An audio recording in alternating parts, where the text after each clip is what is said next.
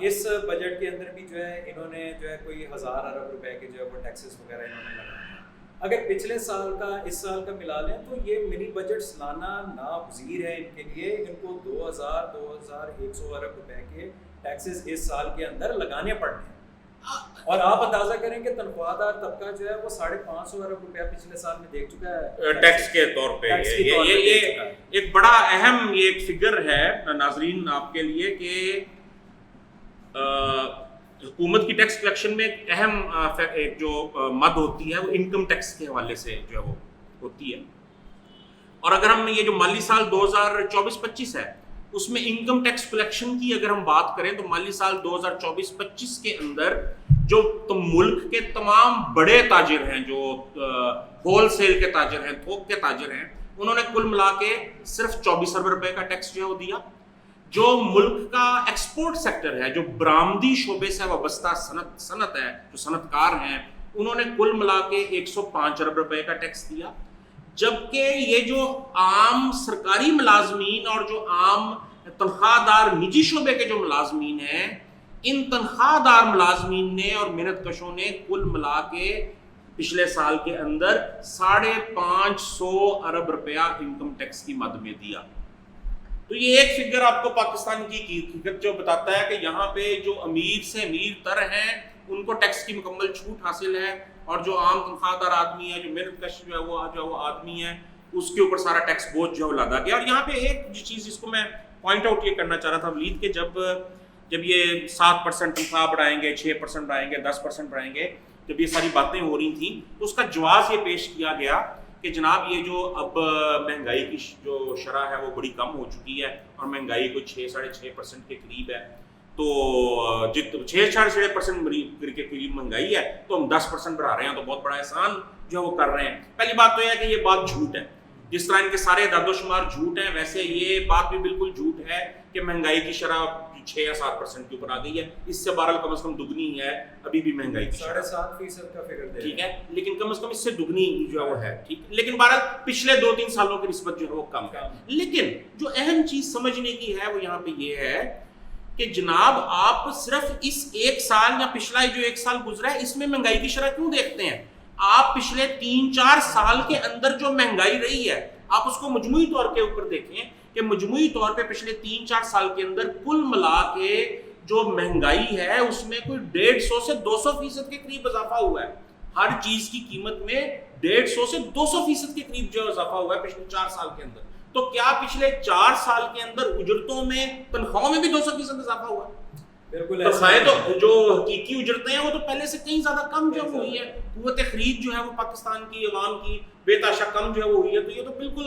منہ پہ جھوٹ بولنے والی بات ہے, آنکھوں میں دھول جھونکنے کی کوشش کرتے ہیں. یہ سمجھتے ہیں کہ شاید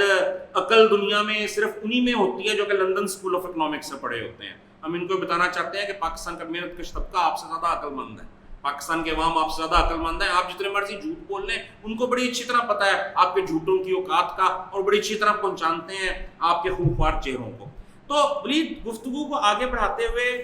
اگر ہم تھوڑا سا جو اس مرتبہ آپ نے بھی فگرز جو ہے وہ دیے کہ 14 ٹریلین کا ٹارگٹ رکھا گیا ہے ایف بی آر کی طرف سے ٹیکس کلیکشن کا, 18% اضافہ, ٹھیک ہے, اور لاسٹ ایئر یہ کوئی 12.3 ٹریلین کا ٹارگٹ تھا جو کہ 48% اضافہ, اور اس سے پچھلے سال یہ 9.5 ٹریلین کا جو ہے وہ ٹارگٹ تھا. تو اس مرتبہ 14.1 ٹریلین کا ٹارگٹ رکھا گیا. اور یہاں پہ میں واضح کرتا چلوں کہ یہ صرف ٹیکس آمدن کا ٹارگٹ ہے. اس کے ساتھ ایک نان ٹیکس آمدن بھی ہوتی ہے جو کہ در حقیقت ایک طرح کے ٹیکس ہی ہوتے ہیں. نان ٹیکس آمدن کا ٹارگٹ بھی 5.1 ٹریلین ہے, یعنی کہ 14,100 ارب روپے ٹیکس آمدن میں عوام سے نچوڑے جائیں گے اور 5,100 ارب روپیہ نان ٹیکس آمدن میں عوام سے نچوڑا جائے گا. وہ نان ٹیکس آمدن کو میں اس وجہ سے کہہ رہا ہوں کہ وہ بھی در حقیقت ٹیکس ہی ہوتی ہے کہ اس نان ٹیکس آمدن کا تقریباً 50% پیٹرولیم لیوی بنتی ہے. تو پیٹرولیم لیوی ایک طرح کا ٹیکس ہی ہے نا, یہ جو سر چارجز وغیرہ سارے بلوں کے اوپر لیے جاتے ہیں ایک طرح کے ٹیکس ہی ہیں. یہ تو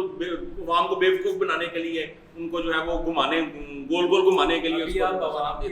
تو خیر میں جو سوال جو میں یہ پوچھنا چاہ رہا تھا کہ اب یہ تقریباً یہ 19 ٹریلین کی جو ہے وہ کلیکشن جو ہے وہ آمدن کی جو ہے وہ بات جو ہے وہ ہو رہی ہے, اور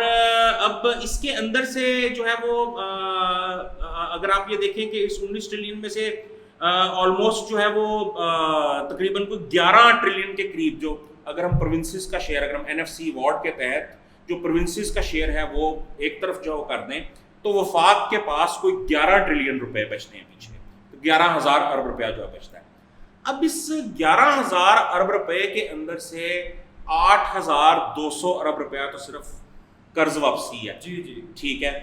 اس کے بعد تقریباً کوئی 3,500 ارب روپے کا فوجی بجٹ ہے۔ فوجی بجٹ بھی میں ناظرین کو یہ واضح کرتا چلوں کہ 2,500 یا 2,550 ارب روپے کا تو ایک روٹین کا فوجی بجٹ ہے جس کے اندر اضافہ اس مرتبہ 20% جو کیا گیا ہے، مگر اس کے علاوہ پھر 1,000 ارب روپے کے قریب مزید رقم ہے جس کے اندر جو ہے وہ فوجی پینشنیں ہوتی ہیں اور دیگر کچھ متفرق اخراجات ہوتے ہیں، تو کل فوجی بجٹ ملا جلا کے تقریباً 3,500 ارب روپے کے قریب بنتا ہے۔ تو وفاق کے پاس تو 11,000 ارب روپے بچنے ہیں صوبوں کا حصہ ایک طرف جو وہ کر کے، تو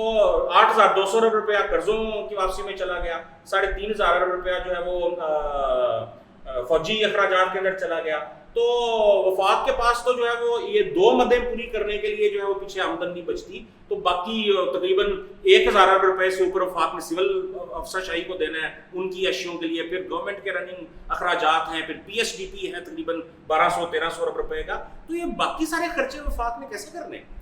اس میں آفتاب صاحب موٹی موٹی بات جو ہے وہ کر لیتے ہیں، کیونکہ جیسے ہم نے بات کی ہے کہ اعداد و شمار کا گورکھ دھندا ہے، 350-400 صفحے کا جو ہے وہ فائنانس ڈاکیومنٹ ہے جس کو نہ کسی ایم پی اے نے پڑھنا ہے نہ کسی ایم این اے نے پڑھنا ہے، جا کے صرف انگوٹھا لگا دینا ہے، کیونکہ موصوف منسٹر فائنانس جو ہے وہ کہہ چکے ہیں اور ہر باری ہر پریس کانفرنس کے اندر جو ہے وہ بڑی مؤدبانہ طریقے سے اور بڑے وفاداری کے ساتھ بات کرتے ہوئے کہتے ہیں کہ یہ جو بجٹ ہے یہ آئی ایم ایف کی مکمل مشاورت کے ساتھ اس کے زیر نگرانی اس کی ہر شرط کو پورا کرتے ہوئے بنایا گیا ہے۔ تو پہلی چیز تو یہ ہے کہ میں سب سے پہلے تو یہاں پر یہ بات رکھ دوں ناظرین کے سامنے کہ یہ جھوٹ ہے، فریب ہے کہ ریاست پاکستان کا بجٹ ہے، یہ ریاست پاکستان کا بجٹ نہیں ہے، یہ آئی ایم ایف کا بجٹ ہے۔ جو یہاں پہ آئی ایم ایف کے ملازمین ہیں جن کا کام ہے کہ یہاں کی عوام سے لوٹ کھسوٹ کر کے، یہ میں نے آرٹیکل کے اندر بھی لکھا ہے کہ جو یہاں پہ لوٹ کھسوٹ کی جاتی ہے، یہاں کا جو حکمران طبقہ ہے اس کا صرف ایک کام ہے اور وہ یہ کہ جو عالمی سامراجی قوتیں ہیں یا سامراجی ادارے ہیں ان کے لیے یہاں پہ انہوں نے بدماشی کرنی ہے، لوٹ کھسوٹ کرنی ہے، پیسہ اکٹھا کرنا ہے، اس کا بڑا حصہ جو ہے وہ دینا ہے ان کو، ان کے بینکوں کو، ان کے مالیاتی اداروں کو، ان کی جیبوں کو بھرنا، اور اس کے اندر اپنا جو ہے جو دلالی کا کردار ادا کرتے ہوئے جو پیسہ ہے وہ اپنی جیب میں رکھنا ہے، جس سے انہوں نے پھر امریکہ میں، دبئی میں، دیگر جگہوں پہ انہوں نے جو پراپرٹیز وغیرہ خریدنی ہیں اور دیگر معاملات جو ہیں، پاپا جونز کی جو ہے وہ دبئی کے اندر سنا ہے دبئی میں سب سے بڑے پراپرٹی اونر جو ہے وہ پاکستان کے سرمایہ کار، بالکل ایسا ہی ہے، کوئی تقریباً اندازہ تخمینہ لگایا ہے، کچھ لوگوں نے 12 ارب ڈالر کی فگر دی ہے، لیکن جو ان کے لیے کام کرنے والے ہیں وہ ذرائع یہ بتاتے ہیں کہ 20 سے 22 ارب ڈالر تک کی پراپرٹی جو ہے وہ دبئی کی۔ اب یہ یعنی کہ وہ ساری پراپرٹی اگر چھین لی جائے، نیشنلائز کر لی جائے، تو پاکستان کے بیرونی قرضے کا صرف اس سے ایک دبئی کی پراپرٹی سے پاکستان کے بیرونی قرضے کا تقریباً 1/3 اتر سکتا ہے۔ بالکل بالکل، لیکن کرنے کی کیا ضرورت ہے؟ جن لوگوں نے قرضے لیے ہیں وہ قرضے ادا کریں، ہم نے تو نہیں لیے، ہم کیوں ادا کریں؟ میں یہی قرضوں کے حوالے سے میں یہ پوچھنا چاہ رہا تھا کہ یہ باقی اخراجات جو ہیں جو یہ قرض لے کے بھی پورے کیے جائیں گے، جس طرح سارے قرض لے کر پورے کیے جائیں گے۔ ایک میں آپ کو انٹرسٹنگ جو ہے وہ بات بتاؤں کہ ابھی ورلڈ بینک کی جو ہے وہ رپورٹ آئی ہے، ورلڈ ڈیٹ رپورٹ آئی ہے ان کی 2024 کی، اور اس کے اندر انہوں نے 2023 کے سال کا جو ہے انہوں نے مکمل اس کا احاطہ کیا اور اس کے فیکٹس اینڈ فگرز جو بیٹھے کیے۔ اب اس کے اندر انہوں نے یہ بتایا جناب کہ جو اس وقت دنیا کے جو غریب ممالک ہیں یا وہ جو جنہوں نے قرضے ادا کرنے ہیں فرسٹ ورلڈ کنٹری کے، سامراجی اداروں کے اور I M F World Bank کے اور ان سب کے، تو انہوں نے پچھلے ایک سال 2023 کے اندر 1.4 ٹریلین ڈالر یعنی کہ 1400 ارب ڈالر انہوں نے یہ پیسے جو ہے وہ واپس کیے ان کو، اور اس کے اندر پاکستان کا جو حصہ تھا وہ تقریباً کوئی 29-30 ارب ڈالر جو ہے وہ پاکستان کی کنٹریبیوشن تھی اپنے معلومات۔ تو ہمیں جو ہے وہ یہ سمجھنے کی ضرورت ہے کہ ٹی وی کے اوپر باقی جگہوں پہ جو ہے یہ بہت زیادہ ڈسکشن ہوتی ہے بجٹ کے حوالے سے کہ اعداد و شمار کی فگر ایک ادھر دے دی، اس کو فگر کو گھما کے ادھر کر دیا، یہ کر دیا۔ ہم نے بھی جو ہے وہ ناظرین کے سامنے جو ہے وہ بات رکھی ہے کہ بجٹ جو ہے اس کے اندر واضح ہو چکا ہے کہ یہ بجٹ جو ہے خوفناک ترین بجٹ ہے عوام کے لیے، عوام کا قاتل بجٹ ہے، عوام پاکستان کے محنت کش کے لیے، پاکستان کے کسانوں کے لیے، پاکستان کے نوجوانوں کے لیے، پاکستان کی جو اقلیتی اقوام ہیں جو کہ اور بھی زیادہ خوفناک استحصال کا شکار ہیں، ان کے لیے بھی کسی حوالے سے روزگار، ان کے لیے کوئی سہولت کسی حوالے سے اس بجٹ کے اندر کچھ نہیں رکھا ہوا۔ بلکہ اگر مڈل کلاس نام نہاد جو پاکستان کی اگر کوئی ہے تو اس کے پاس جو 2-4 پیسے جو ہے کہیں پہ بینک میں یا پراپرٹی میں رہ گئے ہیں وہ بھی جو ہے سارے نچڑنے کے لیے جا رہے ہیں۔ پچھلے چند سالوں میں آپ نے دیکھا ہوگا کہ پاکستان کے اندر جو غریب عوام ہے اس کے اندر بہت زیادہ خودکشیوں کی جو ہے بہت زیادہ شرح بڑھ چکی ہے، چوری چکاری اور جرائم جو ہے وہ بہت زیادہ بڑھ چکے ہیں، کیونکہ لوگ مجبور ہیں۔ گھر کے اندر بچے جو ہیں وہ رو رہے ہیں، پٹ رہے ہیں، بلک رہے ہیں، تو اس کو بیٹھ کے جو ہے روتا پٹتا جو ہے وہ مرتا نہیں دیکھا جا سکتا۔ اس کے لیے جو ہے بہت زیادہ جرائم بھی بڑھ رہے ہیں، بہت زیادہ مسائل بھی جو ہے سماجی بڑھ رہے ہیں، اور ان سب چیزوں سے بے نیاز، ان سب چیزوں سے قطع نظر ہو کے جو حکمران طبقہ ہے وہ صرف اپنی لوٹ مار کے اندر مصروف ہے۔ میرا خیال ہے کہ ہمیں جو ہے وہ بجٹ کے اوپر ہم نے جو ہے وہ کافی ساری آفتاب صاحب جو ہے بات کی ہے، ظاہر ہے کہ باقی جگہوں پہ بھی جو ہے وہ بجٹ کے اوپر بات چیت ہو رہی ہے۔ میں تھوڑا سا جو ہے وہ میں نے اپنے آرٹیکل میں بھی جو ہے وہ تھوڑا سا ذکر کرنے کی کوشش کی ہے، لیکن آپ کو پتہ ہے کہ آرٹیکل کے اندر تھوڑا محدود جو ہے وہ ہمارے پاس اسپیس ہوتی ہے۔ اس میں نے ذکر کرنے کی کوشش کی ہے کہ یہ سب کچھ کیوں ہوتا ہے یا کیوں ہو رہا ہے۔ مثلاً کہ یہ کیسا سماج ہے کہ جس کے اندر ایک شخص جو ہے جو اسپیکر ہے یا چیئرمین ہے، جس نے آ کے صرف کرسی کے اوپر بیٹھ کے آرڈر آرڈر کہنا ہے، یا اس نے 2 دفعہ ہتھوڑا برسانا ہے اور آدھے گھنٹے کے بعد چلے جانا ہے کہ بھائی گرمی بہت ہے، صاحب کو گرمی لگ رہی ہے، صاحب نے گھر چلے جانا ہے۔ لیکن اسی جگہ پہ جو سارا دن وہاں پہ جھاڑو دینے والا ہے، سارا دن باورچی ہے یا باغبان ہے یا اور اس طرح کے لوگ ہیں، فیکٹری کے اندر جو ملازم ہے جو 12 گھنٹے کی خوفناک اس 50 ڈگری ٹمپریچر کے اندر جو ہے وہ محنت مزدوری کر رہا ہے، لیکن اس کا مالک جو ہے جو کہ تیلا نہیں توڑتا، وہ کھربوں روپیہ اکٹھا کر رہا ہے، لیکن فیکٹری کے اندر جو ایک ملازم ہے اس کی تنخواہ جو ہے وہ منیمم ویج کم از کم مجرد بھی نہیں اس کو مل رہی۔ ایک کسان ہے وہ دھرتی کا سینہ چیے کہ گندم اگاتا ہے اور اس گندم کے لیے جو ہے سپورٹ پرائس اس کو جو ہے دینے کو یہ ریاست جو ہے وہ تیار نہیں ہے۔ اس کو جو انپوٹس ہیں، کھاد ہے، سیڈ ہے، کیمیکلز ہیں، ان انپوٹس کے اندر جو ہے کوئی چھوٹ یا کوئی جو ہے مدد دینے کو تیار نہیں ہے۔ تو یہ ایسا کیا نظام ہے؟ کیونکہ ہر جگہ پہ یہ بحث مباحثہ تو بہت کیا جا رہا ہے کہ جو ہے یہ بجٹ ہے، بجٹ کے اندر یہ مسئلہ ہے، وہ مسئلہ ہے، اور یہ ساتھ یہ بھی کہا جاتا ہے کہ جی یہ تو ایسے ہی چل رہا ہے۔ لیکن وہ کیا ایسا نظام ہے کہ جس کے اندر جو اشرافیہ بیٹھی ہوئی ہے اس کے لیے سب کچھ ہے، اور جو عوام کا ایک سمندر ہے جو 98% ہے اس آبادی کا، یا چلے 95% ہے، 96% ہے، اس کے لیے کچھ بھی نہیں ہے؟ کیا یہ سوال جو ہے ہر جگہ پہ ڈسکس نہیں ہونا چاہیے کہ ہم جس نظام میں رہ رہے ہیں وہ ایک سرمایہ دارانہ نظام ہے جس کے اندر 2 طبقہ،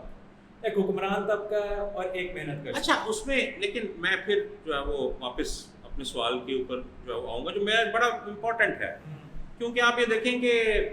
جب بھی ہم پوائنٹ کو آگے کریں گے، جب بھی بات آگے جو ہوتی ہے، جب بھی تنخواہ میں اضافے کا مطالبہ جو کیا جاتا ہے، جب بھی کسی بھی جو ہے وہ عوام معاشی ریلیف کی ڈیمانڈ کرتے ہیں حکمرانوں سے، تو آگے سے ہمیشہ یہ بات کی جاتی ہے کہ جی قرضہ بہت ہے، ہم قرضہ واپس کر رہے ہیں، قرضہ بہت ہے، ہم قرضہ واپس کر رہے ہیں، قرضہ بہت ہے، ہم قرضہ واپس کر رہے ہیں۔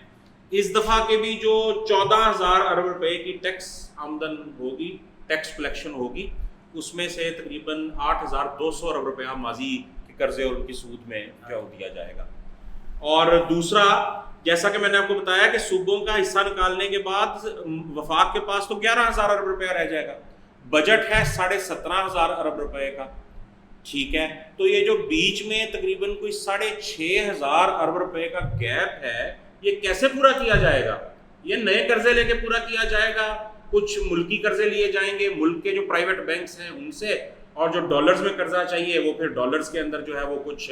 IMF سے لیا جائے گا، کچھ ورلڈ بینک سے لیا جائے گا، کچھ چینی سامراج سے لیا جائے گا، کچھ سعودی سامراج سے جو لیا جائے گا۔ اور ظاہری بات ہے پھر جب آپ قرضے لیتے ہیں باہر سے، مختلف عالمی اداروں سے یا سامراجی طاقتوں سے، پھر ان کی اپنی اپنی شرائط بھی جو ہے وہ ہوتی ہیں، سود بھی جو ہوتا ہے، جو ملکی قرضے ملکی نجی بینکوں سے ہوتے ہیں ان کے بھی سود جو ہوتا ہے۔ اگلے سال پھر ہم 10-11,000 ارب روپیہ حکمران طبقہ ہماری ہڈیوں سے نچوڑ کے پھر ان تمام جو قرض خواہ ہیں ان کو واپس جو کرے گا۔ تو یہ جو سارا قرض کا جو چکر ہے، اس کے اندر یہ سماج جو ہے وہ پھنسا ہوا ہے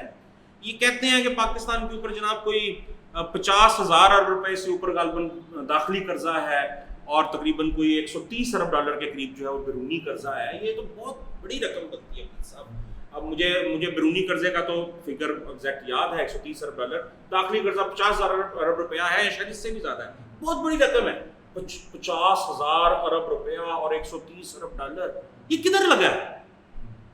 میرا سوال ہے یہ سارے حکمرانوں سے کہ یہ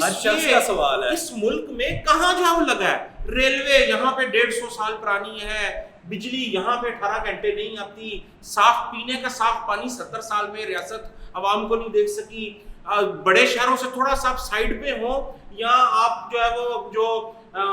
پسماندہ علاقے ہیں ملک میں جی بی سے لے کے جو ہے وہ بلوچستان اور انٹیریئر سندھ تک وہاں پہ جائیں تو سڑکیں وہاں پہ جو ٹوٹی ہوئی ہیں, نہ یہاں پہ ہیلتھ کیئر ہے, نہ یہاں پہ جو ایجوکیشن ہے, بجلی کے انفراسٹرکچر کی یہ صورتحال ہے کہ تھوڑا سا لوڈ بڑھنا شروع ہو تو پورا نیشنل ٹرانسمیشن سیٹ اپ ہے وہ جو ہے وہ کلیپس جو کر جاتا ہے. تو یہ اتنے بڑا جو قرضہ پاکستان کے اوپر چڑھا گیا ہے, یہ پاکستان نے یہ لیا ہے, یہ کہاں لگا ہے؟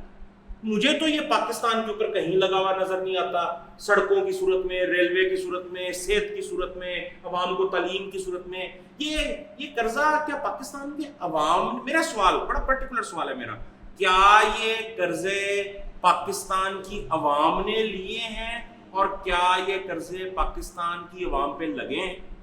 پہلی چیز تو یہ ہے کہ پاکستان کی عوام نے لیے ہیں یا نہیں لیے ہیں, اس کا سادہ سا جو ہے وہ آپ کے سامنے ایک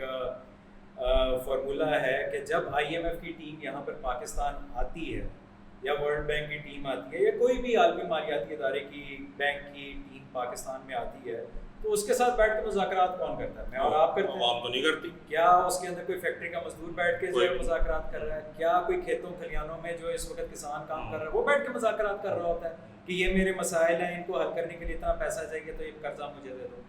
نہ اس سے پوچھا جاتا ہے, نہ اس کا کوئی مشورہ لیا جاتا ہے, نہ وہ بات کرتا ہے. تو جو مشورہ جاتی کر رہے ہیں, جو بات چیت کر رہے ہیں, جو قرضے اٹھا رہے ہیں, وہ حکمران طبقہ ہے. سارا انہوں نے بیٹھ کے سارے مذاکرات کرنے ہوتے ہیں, انہوں نے پیسے دینے ہوتے ہیں اور وہی پیسے دیتے ہیں. اچھا, اب مزے کی بات یہ ہے کہ ابھی ہم نے جو ہے وہ بات کی کہ تقریباً کوئی 20-22 ارب ڈالر کی جو پتہ ہے صرف پراپرٹی جو ہے وہ دبئی کے اندر موجود ہے. آپ جو بات کر رہے ہیں نا کہ یہ پیسہ جو آتا ہے یہ جاتا ہے کہ عوام پہ تو نہیں لگا, 70 سال میں عوام پہ تو نہیں لگا, یہ ادھر ہی جاتا ہے. پہلی چیز تو یہ کہ یہ گھوم گھام کے جو ساتھ عالمی مالیاتی ادارہ کوئی بھی آتا ہے اس کے اپنی کنسلٹنسی فرمیں آتی ہیں, اس کے اپنے کنسلٹنٹس آتے ہیں, اپنے لوگ آتے ہیں. بلکہ ابھی آپ کو جو پتہ ہوگا کہ کچھ عرصہ پہلے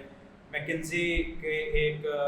جو ہے وہ نام میرے ذہن سے نکل رہا ہے, میکنزی کے فرم کے اندر ایک کام کرتے تھے, ان کو جو ہے وہ special adviser to P M جو ہے وہ بنا دیا گیا اور وہ وہاں پہ بیٹھ کے جو ہے مشورہ جاتے ہیں. ایک تو جو ہے پیسہ ان چیزوں کے اندر جو نکل رہا ہوتا ہے, جو مالیاتی ادارہ پیسے دے رہا ہوتا ہے وہ پیسہ واپس سے دوسرے ہاتھ سے لے رہا ہوتا ہے. دوسری اور پھر وہی اس کے پیسے کے اندر سے ظاہر ہے کہ جو پرانے قرضہ جاتے ہیں ان کے اندر بھی جو ہے وہ پیسہ جا رہا ہوتا ہے, سود اس کا دیا جاتا ہے اور ان چیزوں کے اندر. لیکن باقی جو ہے یہاں کی اشرافیہ جو ہے وہ لوٹ مار بھی کر رہی ہوتی ہے. اچھا, یہاں کی اشرافیہ جو ہے وہ لوٹ مار بھی کر رہی ہوتی ہے اور پھر جو سامراجی ادارے یا ممالک پاکستان کے اندر جو اپنی لوٹ مار کر رہے ہوتے ہیں, مثلاً یہاں کی معدنیات کی لوٹ مار, یہاں کے وسائل کی لوٹ مار, ان کی فیسیلیٹیشن کے اوپر بھی جو ہے وہ پیسہ خرچ ہو رہا ہوتا ہے. تو مسلسل جو پیسہ ہے وہ سارا لوٹ مار کے اندر خرچ ہو رہا ہے, سارا قرضوں سب جو ہے لوٹ مار. اب اس کے اندر تھوڑا بہت جو آپ کو بہرحال یہاں پر آپ کو سڑکیں نظر آتی ہیں, آپ کو جو ہے ہسپتال کچھ نہ کچھ نظر آتے ہیں, اسکول نظر آتے ہیں. اچھا, یہ بڑی انٹرسٹنگ آپ نے بات کی کہ یہاں پہ عوام کے اوپر پیسہ لگتا ہوا نظر نہیں آتا. ہمیں تھوڑا سا جو ہے نا پاکستان کی جو معیشت ہے, اس کی جو حیت ہے, اس کو تھوڑا سا اچھا یہ میں دیکھیں یہ جو آپ یہ سڑکوں کی مثال دے رہے ہیں یا پاور پلانٹس چند ایک لگے ہیں بیرونی کا, دیکھیں وہاں پہ دیکھیں سڑک کے لیے بیرونی قرضہ بھی لیا گیا, پھر اس سڑک کے اوپر 100 کلومیٹر کا 1000 روپیہ ٹول ٹیکس بھی ہم دے رہے ہیں. پاور پلانٹ کے لیے بیرونی قرضہ بھی دیا گیا, وہ بھی ہماری ہڈیوں سے جانا ہے, اور پھر وہ ہم 70 روپے یونٹ بجلی بھی اس کی جو خرید رہے ہیں. تو یہ تو ہم ڈبل جو ہے وہ بات کر رہے ہیں. تو دیکھیں میں بالکل یہاں پہ نا اپنے ناظرین کو ذرا پن پوائنٹ ایک جو ہے وہ ان تک بات پہنچانا چاہتا ہوں. تو ابھی تک ہمارے سامنے بات یہ آئی ہے ولی صاحب کہ یہ قرضے نہ پاکستان کی عوام نے لیے نہ پاکستان کی عوام پہ لگے. تو جب نہ عوام نے لیے نہ عوام پہ لگے تو پھر پاکستان کے محنت کش عوام ان قرضوں کو واپس کرنے کے مجاز تو نہیں ہے. بالکل نہیں ہے نا. تو جب نہیں ہے تو یہ 14,000 ارب روپیہ جو ٹیکس ان کی ہڈیوں سے نچوڑا جانا ہے, اس کی تو پھر کوئی قانونی اور اخلاقی حیثیت جو نہیں بنتی. بالکل نہیں ہے. یہ تو پاکستان کے محنت کش عوام کے اوپر پھر ان کا اخلاقی فریضہ ہے کہ وہ بغاوت کریں ظلم کے خلاف, استحصال کے خلاف. ان کا اخلاقی فریضہ بن جاتا ہے کہ وہ ظلم و استحصال کے خلاف جو ہے بغاوت کریں. 14,000 ارب روپیہ, اور یہ ہر سال کی کہانی ہے. پچھلے سال 12,000 ارب روپیہ, اس سے پہلے 9,500 ارب روپیہ, اگلے سال یہ 16,000 ارب روپیہ ہوگا. اور اگر یہ نظام ایسے ہی چلتا رہا تو یہ تو ہماری جو اگلی والی نسلیں ہیں وہ بھی ایسے ہی اپنی ہڈیوں سے یہ ٹیکس جو ہے وہ نچڑواتی جو رہیں گی, اور اوپر والے جو یشی جو کرتے رہیں گے. تو یہ تو بلکہ رپورٹس جو کچھ آ رہی ہیں کہ یہ جو ہے 16,000 18,000 20,000 ارب تک جو ہے ٹیکس کو اگلے چند سالوں کے اندر لے کر جانے کا ان کا پروگرام ہے. تو باقی جو ہے وہ آپ خود ہی اندازہ کر سکتے ہیں کہ یہاں پہ پھر عوام کے کیا حالات بنے گے. تو یہ تو ایک سراسر جو ہے وہ ظلم. اسی طرح دیگر جو غیر پیداواری جو اخراجات ہیں, جس طرح فوجی اخراجات کی اگر ہم جہاں پہ جو ہے بات جو ہے وہ کریں, اور آج کل تو ویسے بھی جو حالیہ پاکستان انڈیا کا جو ہے وہ سارا یہ ان کی چپکلش جو ہے وہ ہوئی ہے, اس کے اوپر ہم نے پورا ایک ڈیڈیکیٹڈ ایک علیحدہ ہم نے پوڈ کاسٹ بھی جو ہے وہ کیا. ساری گفتگو کو رپیٹ نہیں کریں گے, لیکن مجھے تو یہی لگتا ہے کہ یہ پاکستان اور انڈیا کے حکمران جب بھی ان میں کوئی آپس میں کھٹ پٹ جو ہے وہ ہوتی ہے تو اس کا آخر میں فائدہ ان دونوں حکمرانوں کو ہی ہوتا ہے. یہ آپس کی دشمنی جو ہے وہ اس کے نتیجے کے اندر دونوں بارڈر کے دونوں طرف جو حکمران بیٹھے ہیں, جو ریاستی اشرافیہ بیٹھی ہے, ان کو موقع ملتا ہے کہ وہ اپنے اپنے محنت کش عوام کے اوپر مزید سختی کر سکیں, فوجی بجٹ بڑھا سکیں,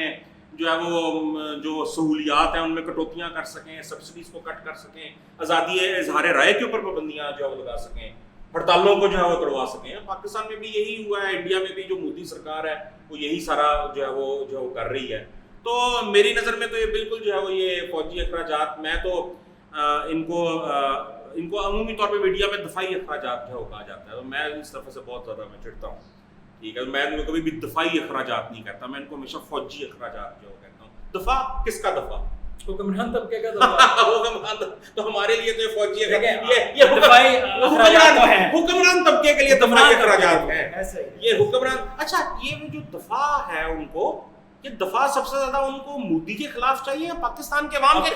خلاف چاہیے؟ ہاں, اور مودی کو جو سب سے زیادہ دفاع چاہیے وہ پاکستان کی ریاست کے خلاف چاہیے, اپنے عوام کے خلاف چاہیے, اپنے عوام کے خلاف. آپ یہ دیکھیں کہ حکمران طبقہ جو ہے وہ ہمیشہ وہ اپنے بڑا مشہور جو ہے وہ مقولہ جو ہے وہ سنا ہوگا کہ جنگ جو ہے وہ دیگر ذرائع سے طریقہ کار سے سیاست کا تسلسل ہے. کس نے کہا؟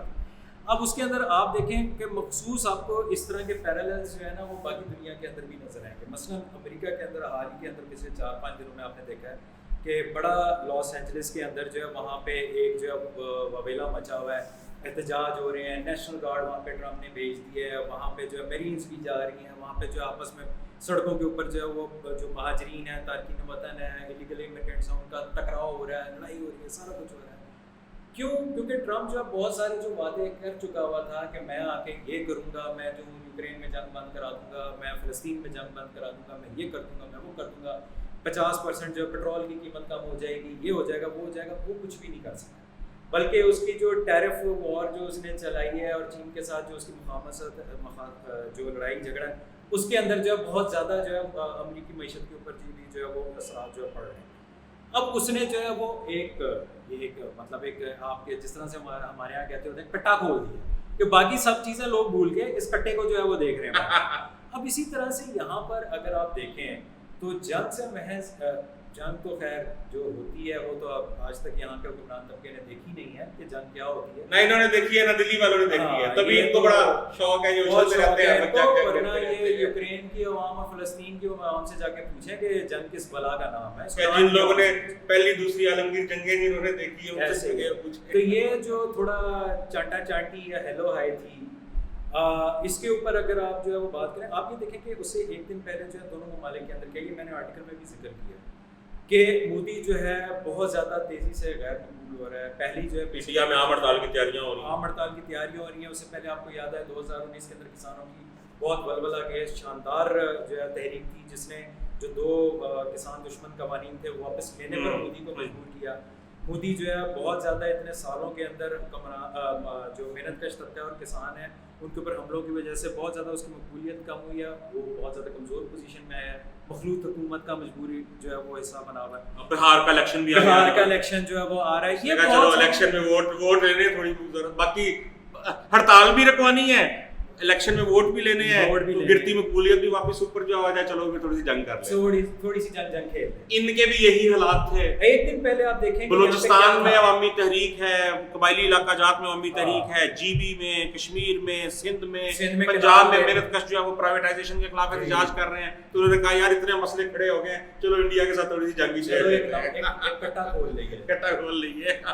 تو وہ اس کا دیکھیں دونوں جو حکمران طبقات ہیں، دیکھیں پہلی چیز تو یہ ہے کہ ہمیں یہ دیکھنا ہے کہ اکثریت جو ہے کسی بھی ملک کے اندر اس کے مفاد میں کوئی اقدام جاتا ہے یا نہیں جاتا ہے، ہم تو اپنا فیصلہ اس چیز کے اوپر کریں. بالکل. یہ جو سارا کچھ ہوا ہے اس سے محنت کش تک کو کیا فائدہ ہوا؟ نقصان ہوا. بالکل دونوں سائڈوں پہ، انڈیا میں بھی پاکستان میں. کیونکہ یہاا پہ جب ایک دفعہ تحریکیں جو چل رہی تھیں، جب پہلی گولا چلا، پہلا میزائل چلا، وہ تحریکیں ساری جو ختم ہو گئی، پیچھے چلے گی. جنگی جنون، حالانکہ جتنا جنگی جنون ابھارنے کی یہاں پہ کوشش کی گئی وہ خاطر خواہ اس کے عوام نے تو اس کو نہیں لفٹ کرایا، بلکہ لوگوں نے تو بڑا مذاق اڑایا کہ یار اتنے آ کے مودی کی کر لوے گا جو یہاں پہ ہمارے ساتھ پہلے سے نہیں ہو رہا. تو یہاں پر جو ہے کہیں پہ بھی، یہاں پر بھی اور وہاں پہ بھی بالکل بھی جنگ کے لیے کوئی جو ہے وہ سپورٹ موجود نہیں. زیادہ سے زیادہ مڈل کلاس کے اندر، انڈیا میں مڈل کلاس کے اندر کچھ زیادہ آپ کو نظر آتا ہے. تو جو ہے اس کو اب اپنی حب الوطنی کا مل رہا ہے نا اس بجٹ کے اندر. ویسے بھی مارکس جو ہے وہ کیا کہتا تھا درمیانے طبقے کے بارے میں کہ وہ ان کے پیر کیچڑ میں ہوتے ہیں، نظریں آسمان میں جو ہوتی ہیں. تو یہ یہاں پر آپ یہ دیکھیں کہ میں سمجھتا ہوں کہ اتنا خوفناک بجٹ یہاں پر جو پیش کیا گیا ہے، اس کی ایک بہت بڑی وجہ یہ ہے کہ ان کو جو ہمت ملی ہے اتنا بڑا بجٹ جو ہے، اتنا بڑا خوفناک طبقاتی حملہ کرنے کے اوپر، محنت کش طبقے کے اوپر، وہ ملا ہی اس وجہ سے کہ انہوں نے جو جنگی جنون کے یہاں پہ مارنے کی کوشش کی، ایک جو جھڑپ ہوئی اس کے جو نتائج نکلے، جس میں دونوں نے فتح کا دعویٰ کیا، مودی نے اپنی جگہ فتح کا دعویٰ، اپنی جگہ فتح کا دعویٰ، ادھر بھی فتح ہو گئی ادھر بھی فتح ہو گئی، سمجھ نہیں آئی کہ کس کو. دونوں جگہ عوام کو شکست جو ہے عوام کو شکست ہوئی ہے. اور یہ بجٹ میں سمجھتا ہوں کہ بہت بڑا جو ہے اس ساری چیز کا فائدہ اٹھاتے ہوئے یہ بجٹ مسلط کیا. بالکل میں بالکل آپ سے 100% یہاں پہ جو ہے وہ بلیو جو ہے وہ ایگری جو ہے وہ کرتا ہوں. تو اب اگر بڑی زبردست جو ہے وہ ہماری ایک گفتگو جو ہے وہ چل رہی ہے اور دل تو کر رہا ہے کہ اس کو ہم آگے جو ہے چلیں. بہت سارے موضوعات ابھی رہتے ہیں. پی ایس ڈی پی کے اوپر ہم نے ابھی بات نہیں کی. نام نہاد ترقیاتی منصوبے جس میں 100 ارب روپے کا منصوبہ ہو تو 60 ارب روپیہ کمیشن میں چلا جاتا ہے. پہلی بات تو ہے کہ منصوبہ اپنے کمیشن کے نقطہ نظر سے تشکیل دیا جاتا ہے، عوامی سہولت کے لیے تشکیل دیا نہیں جاتا. لیکن وائنڈ اپ کرنے سے پہلے ایک بہت امپورٹنٹ فیکٹر میں اس میں آپ کی بات میں ایک ایڈیشن کر دوں کہ آپ جو ہے تھوڑی سی زیادتی کر رہے ہیں. میرا خیال ہے اس بجٹ کے اندر جو ہے بہت ساری سہولیات بھی ہیں، لیکن بہرحال سہولیات وہ ساری حکمران طبقے کے لیے ہیں. تھوڑا سا ذرا اس کو انلسٹ کر دیں، تھوڑا سا گنوا دیں. اس کے اندر جو ہے انہوں نے بڑا کھول کر جو ہے وہ اعلان کیا اور بڑے فخر سے اعلان کیا کہ جی ہماری جو آپ کو پتہ ہے کہ ٹیرف لائنز یعنی کہ جو امپورٹ کیا جاتا ہے خام مال یا جو نیم بنا ہوا مال ہوتا ہے جو یہاں پہ آ کے فنش پروڈکٹ بنتا ہے اور بکتا ہے، تو اس کی کوئی تقریباً 7200 کی 7000 کی جو وہ ٹیرف لائنز ہیں تاکہ امپورٹ انڈسٹری کو خام مال سستا پڑے، خام مال تاکہ اپنی تجوریاں مزید بھر سکیں. ٹیکس انہوں نے پھر کوئی نہیں دینا، امپورٹ کو سستا پڑے، ایکسپورٹ نہ انہوں نے مزدور کی تنخواہ بڑھانی ہے، نہ انہوں نے ٹیکس کوئی دینا. ان کے لیے جناب خوشی کا معاملہ یہ ہے کہ 7000 ٹیرف لائن میں سے 4000 کے اوپر تو ایڈیشنل کسٹم ڈیوٹی زیرو ہو گئی ہے. 2700 کے اوپر جو کسٹم ڈیوٹی جو ہے وہ کم کر دی گئی ہے، اور 2000 کے اوپر جو ہے وہ بھی منسٹر صاحب نے موصوف نے فرمایا کہ آپ نے ٹینشن نہیں لینی، بھائی ہے آپ کا، اس کے اوپر بھی کمی کی جائے گی. سپر ٹیکس بھی کم کیا گیا ہے، سپر ٹیکس بھی جو ہے وہ جو بڑے کارپوریشنز کے اوپر سپر ٹیکس 5% جو ہے اس کو یہ جو 5% سپر ٹیکس، یہ ہم hundreds of billions of rupees کے اندر بات جو کر رہے ہیں. لیکن میرا خیال ہے کہ ناظرین کو یہاں پہ یہ بتانا بہت ضروری ہے کہ آپ کو یاد ہوگا کہ چند سال پہلے FBR اور SECP کا ڈیٹا جو ہے وہ ایک آیا تھا، اور اس کے مطابق جو کارپوریٹ ٹیکس ہے اور باقی جو جتنی بھی رجسٹرڈ کارپوریشنز ہیں SECP کے ساتھ، اب جو کارپوریٹ ٹیکس ہے وہ کہنے کو جتنا بھی ہے 32% ہے کہ 35% ہے، جتنا بھی ہے، جو اسٹڈی آئی تھی اس اسٹڈی کے مطابق، اور یہ انہوں نے خود نکالی، اس اسٹڈی کے مطابق جو ٹوٹل آن ایوریج کوئی بھی کارپوریٹ اگر ٹیکس دیتی ہے مختلف ٹیکس چھوٹوں، ٹیکس لوپ ہولز اور دیگر کے کو استعمال کرنے کے بعد 2.92% صرف ٹیکس جو ہے وہ ادا کرتی ہے. بالکل صحیح ہے، بالکل صحیح ٹیکس تو کوئی بھی نہیں ادا کرتا. اس میں علی صاحب سب سے اہم بات تو یہ ہے کہ جو کارپوریشن اپنے منہ سے جو اپنا پروفٹ کہہ دے گی اس کو ہی مانا جائے گا. اس کا کوئی تھرڈ پارٹی آڈٹ نہیں ہے، اس کا کوئی تھرڈ پارٹی کوئی نیوٹرل آڈٹ جو نہیں ہے. وہ جو کارپوریشن اپنے منہ سے جو جتنا پروفٹ ڈکلیئر کر دے گی اس کو ہی درست مانا جائے گا. ٹھیک ہے. اور کبھی کسی سرمایہ دار نے تسلیم کیا ہے کہ منافع میں جا رہا ہے؟ سرمایہ دار تو ہمیشہ نقصان کے اندر ہی جانے کا رونا جو ہے وہ روتے ہیں اس میں. اور پھر وہ جو اپنے منہ سے کارپوریٹ جو ٹیکس جو پروفٹ ڈکلیئر کرتے ہیں اس کے اندر سے بھی فردر ریلیف کرتے ہیں. ایسے ہی ہے، اس کے اندر سے بھی پھر چھوٹیں جو وہ حاصل جو وہ کرتے ہیں. یہ تو لیکن مجھے تو یہ ساری آپ کی جو جتنی آپ ٹیکس چھوٹ بتا رہے ہیں بتانے کو بہت کچھ ہے حکمران اشرافیہ کو، مجھے تو ابھی ہم نے وہ جوڑوں کے اندر درد ہونا شروع ہو گئی ہے. پہلی گودا ان میں تھوڑا رہ گیا، ٹھیک ہے. باقی جو وہ لے کر جا رہے ہیں، باقی بھی مجھے لگتا ہے انہوں نے، کیونکہ وہ جو ساری ٹیکس چھوٹ اوپر والوں کو دی جا رہی ہے وہ آئی ایم ایف کو تو پیسے انہوں نے پورے بھر کے دینے ہیں، تو وہ ساری کسر انہوں نے کہاں سے نکالنی ہے؟ آپ بیٹھے ہوئے ہیں، ہم عوام جو ہے وہ بیٹھے ہیں. یہ اندازہ کریں کہ انہوں نے 150 ارب روپے کی پچھلے سال انہوں نے سبسڈی دی کھاد والی. کھاد نے انڈسٹری نے فرٹیلائزر انڈسٹری نے وہ 150 ایک تو دیکھیں ایک وہ سامان بیچ رہے ہیں، سبسڈی لی اور اس کے بعد بھی کھاد کا ریٹ کم نہیں کیا. 150 ارب روپیہ جیب میں گیا اور ریٹ بھی کم نہیں دی اور ریٹ الٹا بڑھا دیا وہ پروفٹ بھی کیا. تو آپ اندازہ کریں صرف ایک اس انڈسٹری نے کتنا کمایا. پاکستان بگ بزنس کے لیے جنت ہے ایک طرح سے. کیسا کوئی رولز کوئی کچھ نہیں. ویسے تو خیر سرمایہ دار پوری دنیا میں ہر امریکہ میں بھی سرمایہ دار بے تحاشا لوٹ مار کرتے ہیں، لیکن پاکستان تو پھر جو ہے پاکستان ہے نا. اچھا تو اب ہم آئی ایم ایف کے پاس بیک ٹو بیک ہم قرض پروگرام ان سے لے رہے ہیں، پھر قرض پروگراموں کی شرائط بھی جو ہے اگلا بھی جو ہے وہ لیں گے. یہ تو میرا خیال ہے کہ کوئی 5ویں جماعت کا بچہ بھی اس جھوٹ کو تسلیم نہیں کرے گا کہ یہ پاکستان کا آخری قرض پروگرام ہے. تو پاکستان کی پسماندہ سرمایہ داری اور جو عالمی بحران کی کیفیت ہے اس میں تو دور دور تک ایسے کوئی امکانات نظر نہیں آتے کہ پاکستان جو ہے وہ آئی ایم ایف اور ورلڈ بینک کے مزے کی بات ہے. یہی آپ کی بات میں تھوڑی سی آگے اس میں اضافہ کروں کہ کل میں جو ایک جگہ پہ گیا تھا، وہاں پہ ایئرپورٹ میں گیا تھا، تو وہاں پہ پی آئی اے کے ملازم کے ساتھ جو ہے گپ شپ ہوئی یہی بجٹ کے اوپر، کیونکہ آپ کو پتا ہے ہر جگہ بجٹ جو ہے وہ چل رہی ہے. تو اس کے ساتھ جو تھوڑی بہت گپ شپ ہوئی تو اس کے اندر جو ہے اس نے ایک انتہائی غصے کے انداز میں اس نے بات کی کہ بھائی آئی ایم ایف سے اور ورلڈ بینک جو ہے ہمارا پیچھا کیوں نہیں چھوڑتی.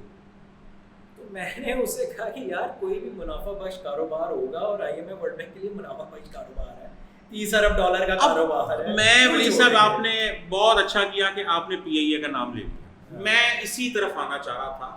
کہ جب بھی آئی ایم ایف والے قرضہ دیتے ہیں تو اس کے ساتھ اسٹرکچرل ریفارمز، ہماری نظر میں تو وہ کاؤنٹر ریفارمز ہیں، ہم تو ان کو اصلاحات نہیں، ان کو رد اصلاحات جو کہتے ہیں، اس کی شرائط اسٹرکچرل جو ریفارمز ہیں سو کالڈ ان کی شرائط بھی رکھتے ہیں. اور ان میں سب سے ٹاپ پہ جو نام نہاد اسٹرکچرل ریفارم ہوتی ہے وہ اسٹیٹ اور انٹرپرائزز کی یہ جو عوامی ادارے ہیں ان کی پرائیویٹائزیشن ہوتی ہے. اور یہ بجٹ کے اندر بھی جو ہے وہ بہت پرائیویٹائزیشن کی بات کی گئی ہے، ایک لمبی لسٹ پیش کی گئی ہے پرائیویٹائزیشن کی، جس کے اندر وابڈا کی ڈسٹریبیوشن کمپنیاں ہیں، وابڈا کی ٹرانسمیشن کمپنی ہے، پی آئی اے ہے، اور ریلویز کو آؤٹ سورس کرنا ہے، سارے صوبوں کے اندر ہیلتھ اور ایجوکیشن کو جو ہے آؤٹ سورس جو کیا جا رہا ہے، جو میونسپلٹی ہے اس کو جو آؤٹ سورس جو کیا جا رہا ہے، ایئرپورٹس کو جو ہے وہ بیچا جو ہے وہ جا رہا ہے. تو ایک جس طرح آپ گھر کے برتن کی ایک دکان لگا لیں ریڈی کے اوپر، ویسے ایک دکان ایک لوٹ سیل کی جو لگی ہوئی ہے. تو یہ پرائیویٹائزیشن کیا اس کے نتائج نکلیں گے عوام کے لیے، اس کے کیا نتائج نکلیں گے، جو وہاں پہ جو محنت کش کام کرتے ہیں اداروں میں ان کے لیے کیا نتائج جو نکلیں گے؟ اچھا، اس میں پہلے تو میرا خیال ہے ایک چیز جو ہے وہ تھوڑا سا جو ہے میں ذکر اس میں کر دوں کہ کوئی بھی سرمایہ دار طبقہ ہے یا حکمران طبقہ ہے، اس نے منافع کمانا ہے. اس منافع کمانے کے لیے اس نے جو ہے بہرحال کچھ لوازمات جو ہے وہ سماج کے اندر پورے کرنے ہوتے ہیں. یہ ہم نے ریلوے ٹریکس کی، سڑکوں کی ہم نے بات کی، یہ عوام کی سہولت کے لیے نہیں بنائی جاتی، یہ خام مال اور فنش گڈس کو لانے لے جانے کے لیے، ان کی ترسیل کے لیے جو ہے اس کو بنایا جاتا ہے. ہسپتال اور کالجز اور یونیورسٹیاں اور ٹیکنیکل کالجز جو بنائے جاتے ہیں، سرمایہ دار طبقہ اس لیے نہیں بناتا کہ اس نے جو ہے وہ عوام کو ایجوکیٹ کرنا ہے یا عوام کا معیار زندگی بہتر کرنا ہے، بلکہ اس کو ایک قدرے صحت مند محنت کش چاہیے، اس کو ایک قدر ٹیکنیکل جو ہے بیسک بنیادی ٹیکنیکلٹیز کے اوپر جو اس کے لیے زیادہ منافع جو اس کے لیے زیادہ سے زیادہ منافع کر سکے, جو اس کے لیے زیادہ سے زیادہ جو ہے وہ ایک دن کے اندر اپنا جسم جو ہے بیچ سکے. تو یہ سہولیات اس لیے دی جاتی ہیں, اور یہ سہولیات کیا دی جاتی ہیں, یہ انفراسٹرکچر ایسے بنایا جاتا ہے, اور ظاہر ہے کہ پھر اس پر ٹیکس بھی لگائے جاتے ہیں اور بہت ساری چیزیں کی جاتی ہیں جو ہم نے پہلے جو اس کی. اب ہم بات کر رہے تھے کہ نجکاری کی. نجکاری پہلی چیز تو یہ کہ پاکستان کا جو حکمران طبقہ ہے وہ پچھلے 30-40 سال کے اندر جو پاکستان کی جو اس وقت جو معیشت ہے, اگر آپ اس کو دیکھیں تو وہ بیرونی جنگوں کے اوپر, کسی سامراج کی جو ہے وہ غلام داری کرنے کے اوپر اور قرضے پکڑنے کے اوپر, ان چیزوں کے اوپر پاکستان کی ٹوٹل جو ہے وہ معیشت چل رہی ہے. اور باقی جو تھوڑا سا عنصر رہ جاتا ہے وہ کالی بلیک اکانومی کا رہ جاتا ہے, جو کہ اندازاً جو ہے وہ تقریباً ٹوٹل جی ڈی پی جو ہے پاکستان کو 30 سے 35% جو ہے اس کا وہ ہے 135. اس کو اگر ہم مزید ایکوریٹلی کریں تو جتنی فارمل اکانومی ہے اتنی ہی انفارمل اکانومی, اتنی ہی جو ہے وہ اسی طرح. تو یہ جو ہے ایک حکمران طبقہ جو ہے نا, اس کی ایک پچھلے 30-40 سال کے اندر ایک روش بن چکی ہے. اس وجہ سے آپ دیکھیں کہ جب بجٹ اسپیچ ہوئی ہے, اس سے پہلے اکنامک سروے جب پیش کیا گیا, اس کے اندر جو وزیر خزانہ ہے اس نے سیٹ سے 3-3 فٹ ہوا میں اوپر اچھل کے کہا ہے کہ دیکھیں جی جو ترسیلات زر ہیں, جو باہر سے جو ہمیں جو ہے وہ ریکوریز آ رہی ہیں, جو بیرون ملک پاکستانی ہیں جو پیچھے پیسے بھیج رہے ہیں. بندہ پوچھے کہ دیش تہاڈا کی کمال ہے, آپ کا کیا کمال ہے, آپ نے کیا کیا ہے اس کے بھائی آپ کا کیا کمال ہے؟ محنت کشو نے کمائی کر کے پیچھے. پہلی چیز تو یہ ہے کہ یہاں پہ پچھلے چند سالوں کے اندر 10 لاکھ سے زیادہ جو ہنرمند ہیں, ڈاکٹرز ہیں, انجینئرز ہیں, بڑی تعداد میں یہاں پہ محنت کش ہیں, پروفیشنلز ہیں, وہ یہاں سے مڈل ایسٹ کی طرف اور باقی جگہوں پر گئے ہیں, کیونکہ یہاں پہ معاشی حالات تباہ و برباد ہو چکے ہیں. لاکھوں کی تعداد ہر سال. اور خود ان کے اعداد و شمار یہ ہیں کہ تقریباً 10 لاکھ سے زیادہ لوگ جو ہیں وہ اب تک جا چکے ہیں, جس کے اندر بڑی جو بھاری اکثریت جو ہے وہ ڈاکٹرز کی ہے, انجینئرز کی ہے, ٹیکنیکل لوگوں کی ہے, ٹھیک ہے, اور محنت کش بھی جو ہے بہت زیادہ جو ہے. ایک تو پہلی چیز تو یہ ہے, اس کی وجہ سے جو ہمارا پاکستانی سماج کے اندر جو ایک سماجی انفراسٹرکچر ہے, ہیلتھ کیئر کا, ایجوکیشن کا, دیگر ٹیکنیکلٹیز کا, ایک تو وہ کولیپس, ٹرینڈ مین پاور کا پول ہے, وہ پورا کولیپس کر رہا ہے. دوسرا مسئلہ یہ ہے کہ انہوں نے ایک پالیسی بنا لی ہے, مطلب آپ کا جو یہاں پر جو ہے منسٹر انٹیریئر جو ہے وہ وزیر داخلہ جو ہے وہ یہ کہتا ہے کہ میرے لیے عوام کو بہت بڑی خوشخبری ہے کہ جو پاسپورٹ آفس اور نادرا کے آفس جو 12 گھنٹے یا 10 گھنٹے کام کرتے تھے وہ 24 گھنٹے کام کرتے ہیں. پاکستان کی سب سے بڑی ایکسپورٹ ہے لیبر, مین پاور ہے, لیبر جو ہے اس کو بھیجا جا رہا ہے, اور ساتھ ہی جو ہے اس کے جو پیسے آ رہے ہیں اس کے اوپر. تو کٹنگ اٹ شارٹ, حکمران طبقے کی پالیسی صفر ہے کہ ہم نے یہاں پہ کوئی عوام کو سہولت دینی ہے, یا ہم نے کوئی یہاں پہ سرمایہ دارانہ بنیادوں کے اوپر اپنی ہی جس نظام کے یہ رکھوا لے. سہولیات تو بھی بیچنے پہ آئے ہیں, پرائیویٹائزیشن کے اوپر. بالکل, وہ اسی وجہ سے بیچ رہے, کیونکہ کوئی ایک ویژن ہوتا ہے یا کوئی ایک سوچ ہوتی ہے کہ ہم نے سماج کو کدھر لے کر جانا ہے. جو کمیٹی آف نیشنز کہتے ہیں کہ بھائی جو اقوام ہیں ان کے اندر ہمارا کیا مقام ہوگا, ہم جو ہے وہ کس طرح سے اس دنیا کے اندر اپنا جو ہے وہ ایک کردار ادا کریں گے, اس صفر معاملات ہیں. امریکہ جو ہے وہ پیسے دے رہا ہے, وہ ہماری معیشت چلا رہا ہے, چین جو ہے وہ ہمارا دفاع چلا رہا ہے, باقی جو شاشو ہیں ادھر ادھر مشرق وسطیٰ میں وہ جو ہے ادھر ادھر تھوڑے بہت پیسے دے دیتے ہیں, کام جڑا وہ چل جاتا ہے. اب بات آتے ہیں کہ نجکاری پسماندہ سرمایہ دارانہ ممالک کے سرمایہ دار طبقے کی تو یہی اوقات ہے, جس بھی آپ تھرڈ ورلڈ کنٹری کے سرمایہ دار طبقے سب کی یہی ہے. اب تو خیر جو دنیا کے عالمی معاشی بحران اتنا شدید ہے کہ جو ترقی یافتہ جو نام نہاد ممالک ہیں اور جو ان کی ترقی یافتہ سرمایہ دار طبقہ ہے وہ بھی اپنی ناک سے آگے دیکھنے کی صلاحیت کھو چکا ہے. ایسے ہی بالکل ایڈ ہاک کے اوپر سارا چیزیں چلا رہا ہے, ایڈ ہاک کے اوپر فیصلے, اور وہاں پہ بھی جو ہے نجکاری کے پرائیویٹائزیشن ہو رہی ہے, بہت بڑے پیمانے کے اوپر معاشی حملے ہو رہے ہیں, پوری دنیا کے اندر محنت کشوں کی طریقیں چل رہی ہیں, سارے ظلم سے. ایسے ہی. اب جو نجکاری کی آپ نے بات کی ہے نا کہ نجکاری کے جو ایک تو ہم نے یہ بات کلیئر کر دی کہ بھائی ان کا صفر انٹرسٹ ہے کہ یہاں پہ بندہ جیتا ہے یا مرتا ہے, اس بات سے غرض ہے کہ اس کے جسم کے اندر سے پیسہ مرنے سے پہلے کتنا نکالا جا سکتا ہے. پیچھے رہ گئی بات کہ نجکاری کے کیا اثرات پڑیں گے. تو بھائی پہلی چیز تو یہ ہے کہ جس شخص نے بھی آ کے کوئی بھی ادارہ خریدنا ہے اس نے وہ ادارہ چلانے کے لیے نہیں خریدنا. پہلی چیز تو اللہ واسطے خیر کے لیے کسی نے پروفٹ کے لیے نہیں, منافع کے لیے لینا ہے. اور دوسری چیز یہ ہے کہ کسی بھی سرمایہ دار کی اتنی ہڈی نہیں ہے, اتنی اوقات نہیں ہے کہ وہ آ کے PIA, ریلویز, وابڑا جیسا ادارہ جو ہے جس کا آپ تخمینہ ہی نہیں لگا سکتے, ان کی آپ جو ہے وہ ان کے اثاثہ جات, ان کی زمینیں, ان کی یہ ساری چیزیں آپ ڈالیں میرا خیال ہے کہ ریاستیں بھی شاید جو ہے وہ آ کے ان اداروں کو نہ خرید پائیں، اتنے ان کی جو ہے. لیکن اگر سرمایہ داروں کے پاس بڑا پیسہ بھی ہوتا ہے، چھپا کے رکھتے ہیں. لیکن اس میں اصل چیز یہ میں یہ بات کر رہا ہوں کہ یہ ایک تو یہ کہ پارچے بنا کے جس طرح سے گوشت کے ٹکڑے کاٹتے ہیں یہاں پہ ایک لیکن اس پوائنٹ کو جو بالکل واضح ہونا اس کے بہت ضروری ہے کہ اس میں پیسے نہ ہونے سے زیادہ جو ایشو ہے وہ یہ ہے کہ سرمایہ دار اتنا بڑا ہیڈیک نہیں لیتے، سرمایہ دار اتنی رسکی انویسٹمنٹس نہیں کرتے. اور خاص طور پہ جو آج 21ویں صدی کا سرمایہ دار ہے، چاہے وہ امریکہ یورپ کا ہو یا چاہے وہ پاکستان کا ہو، یہ جو ایک بحران زیادہ سرمایہ داری ہے 21ویں صدی کی، یہ جو اپنے آرگینک کرائسس کا شکار سرمایہ داری ہے 21ویں صدی کی، اس کا سرمایہ دار تو کہتا ہے کہ میں آج پیسہ لگاؤں اور مجھے کل ڈبل ہو کے واپس آ جائے. فوری رسک فری انویسٹمنٹ اور فوری ریٹرن، اور مجھے کوئی سردرد نہ لینا پڑے. وہ ایک دور تھا، ہینری فورڈ جو ہے وہ کاروں کی فیکٹریاں لگاتا تھا اور مارکیٹس ڈھونڈتا تھا، کنویئر بیلٹ سسٹم اس نے انٹروڈیوس کرایا، وہ گزر گیا دور. آج کا تو سرمایہ دار گپن کھیلنے کے قابل رہ گیا ہے. ترقی پسند کردار سرمایہ دار طبقے کا مکمل طور پہ ختم ہو چکا ہے. سرمایہ دار طبقہ اس وقت پوری دنیا میں ایک رجحتی کردار جو ہے وہ رکھتا ہے، اور اس کی ٹوٹل سوچ جو ہے وہ یہ ہے کہ بس میں آج پیسہ انویسٹ کروں، risk free headache free investment, اور کل ریٹرن ڈبل ہو کے مجھے آ جائے. تو ایسے میں پھر ریلوے، پی آئی اے، واپڈا، اتنی بڑی بڑی اسٹیبلشمنٹس ہیں، ان کے اوپر کون جائے گا؟ وہ آپ صحیح کہہ رہے ہیں، ٹکڑے کر کے ان کو بیچا جاتا ہے. یہ تاریخ کا مقدمہ ہے کہ جو بھی حکمران طبقہ، چاہے وہ غلام دارانہ نظام کے اندر ہو یا جاگیردارانہ نظام کے اندر ہو، اور اب سرمایہ داری کے اندر بھی ہم اپنی نظروں کے سامنے ہوتا دیکھتے ہیں کہ جب نظام کا زوال آتا ہے تاریخی طور تو اس کا حکمران طبقہ جس نے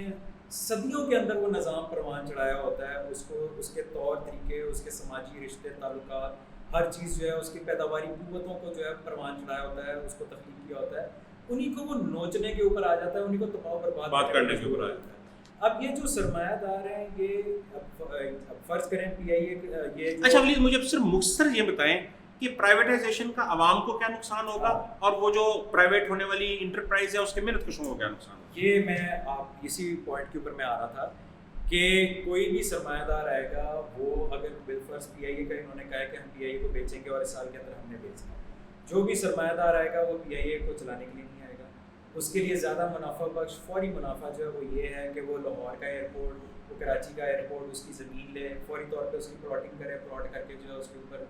جو ہے کوئی پلازے بنا کے، پی آئی اے کے جو ہوٹل ہے، ہوٹل جو امریکہ میں، جدہ میں، پیرس میں، وہ سب بیچ دیں. ٹھیک ہے، اثاثہ جات جو ہے وہ حصے بکھرے کر کے، اسٹیل مل کی زمین نیا وہاں پہ ہاؤسنگ سوسائٹی بنا کے، بالکل ایسے ریلویز کی زمینیں، یہ وہ سارا کچھ ہے.